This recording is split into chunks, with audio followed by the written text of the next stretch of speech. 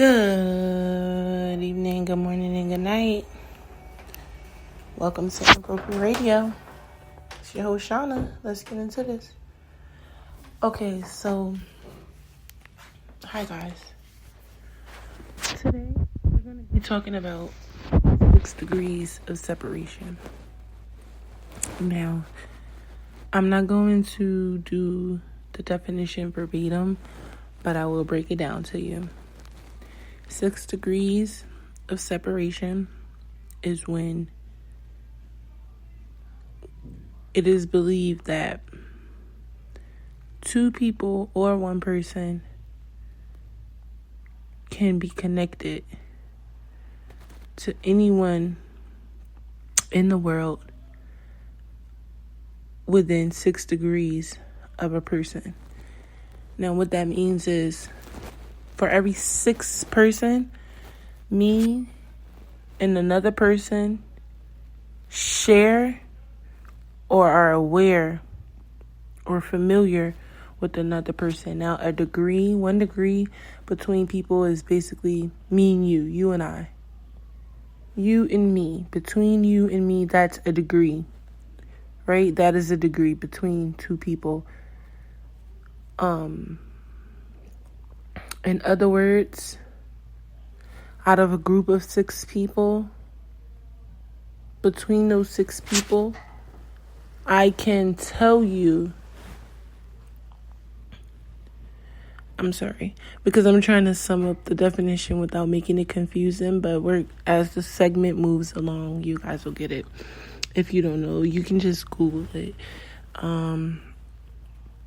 Now, the reason why this is important, because it proves 2 things. And by the way, this 6th degree is no longer six degrees. Psychologists and sociologists are now saying that it's 2 degrees, right? So basically, that means everybody in the world, at least 2 degrees between people, can find a connection between someone. Right, so it's also considered the small world effect, where basically it is a small world. You know, between the 2 of us, we can share a common acquaintance, at least between the 6 of us. Out of a group of 6 people, me and you can make a connection, right? So what that proves is that not only are we connected socially, it also proves that we're connected on a biological level, because someone is either going to be either related or familiar. Now, this can explain why HIV would be so easily transferable amongst any set of people, right? And then it would also make it easier to grasp the concept of this disease not only being spread out because people are familiar with one another, but we also have the same genes, because remember, within this 6 degree phenomenon, within us knowing each other, someone's going to be related or socially connected in some kind of way. Whether you're my neighbor, we know each other because our children go to school together, or we go to church together, or we may frequent the same grocery store. And as you notice the dynamic within these possible relationships, you see that they get further and further out, right? So the closeness between me and my parent is 1 degree. So let's just say my neighbor, right? It's still close, but it's less intimate, right? And then you'll say a person that you know from the grocery store, right? These are all 1 degrees, but they're layered because of the dynamic within the relationship. So if you want to say, okay, 1 degree would be between you and your parents, right? And then let's just say your neighbor, right? So that's 2 degrees, because your neighbor is a person that not only knows you and your parent, but you and your parent both know, right? So let's take it a step further and say the clerk at the grocery store, right? They're another person. Now, again, the reason why this is important, because it's going to show the relationship between not only people on a social level, but also on a biological level. So it would be understandable why people would be connected, right? And this disease would be so easily transferable, because if that many people know each other, then we're technically not escaping disease.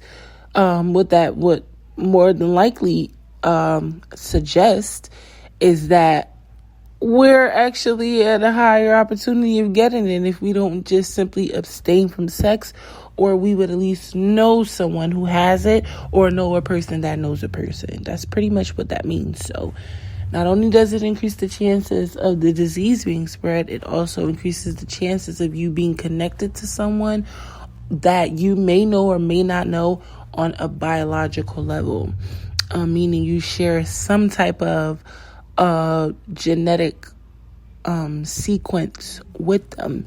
And within the past few decades, the degrees between people are no longer 6, it's 2. That degree is getting smaller. So that would make sense why the disease would be affecting more people.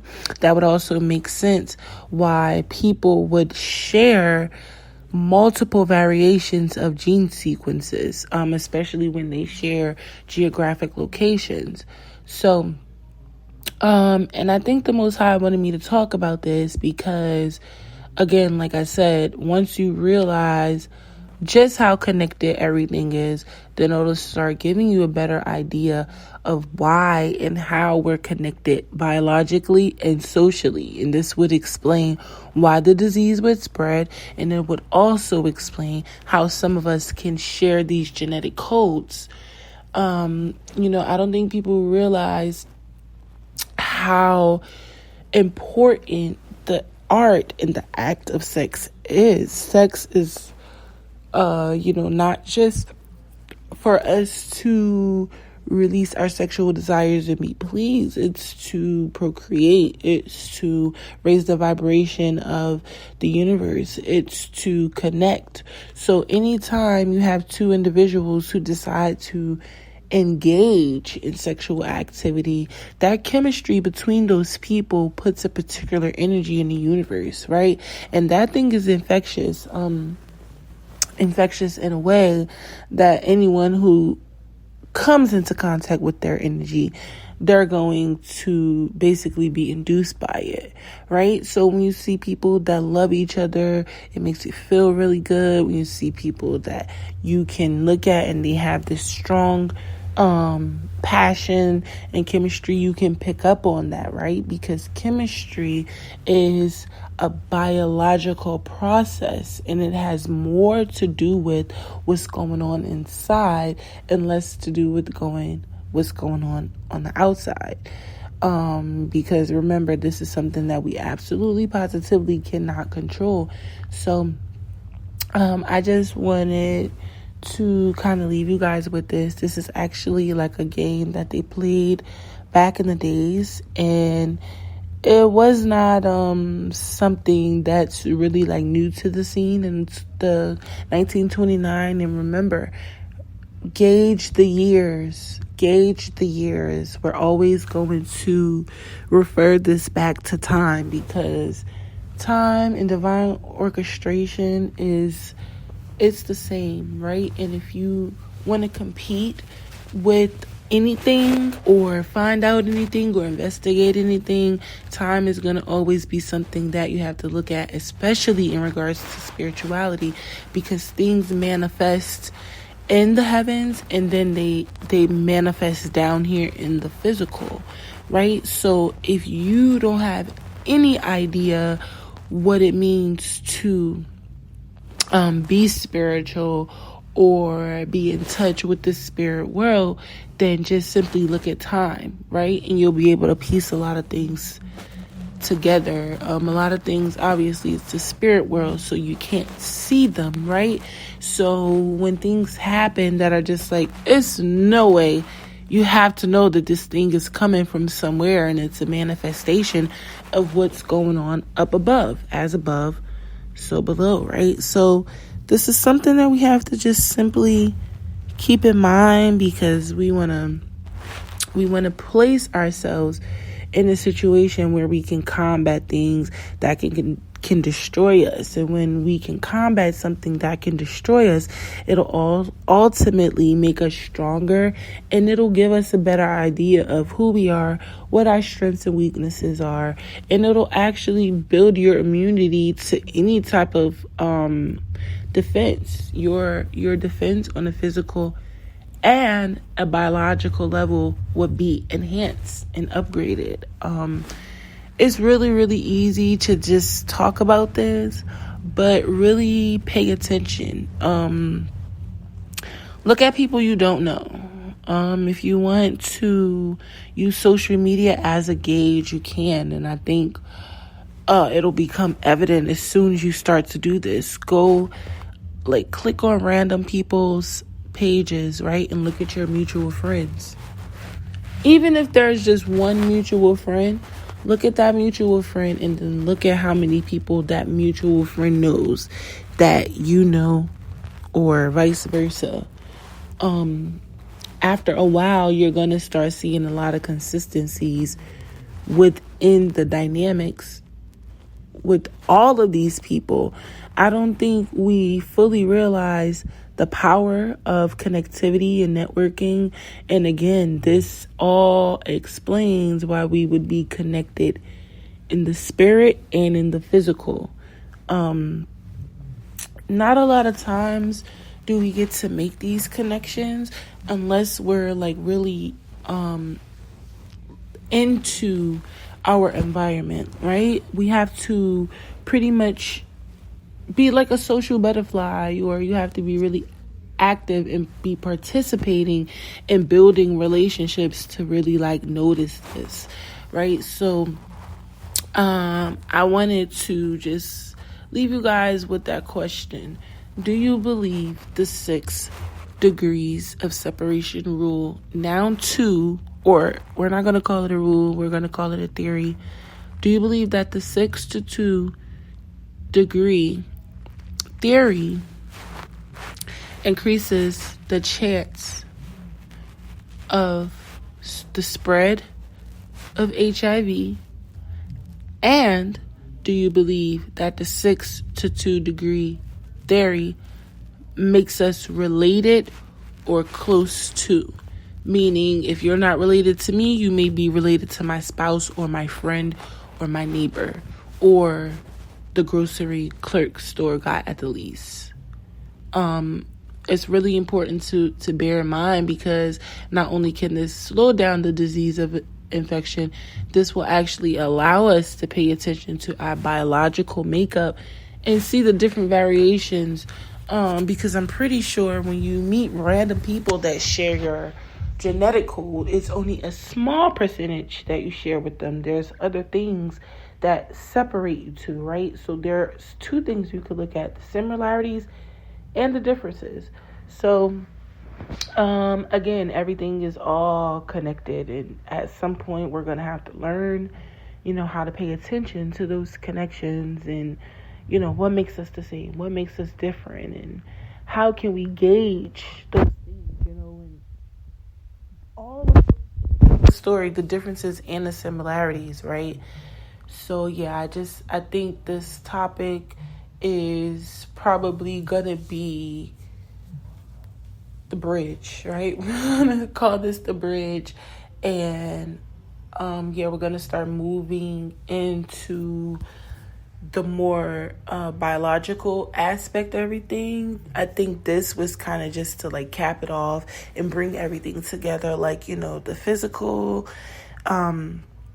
We discussed pretty much everything that can make HIV be a link between people in the seen and in the unseen world.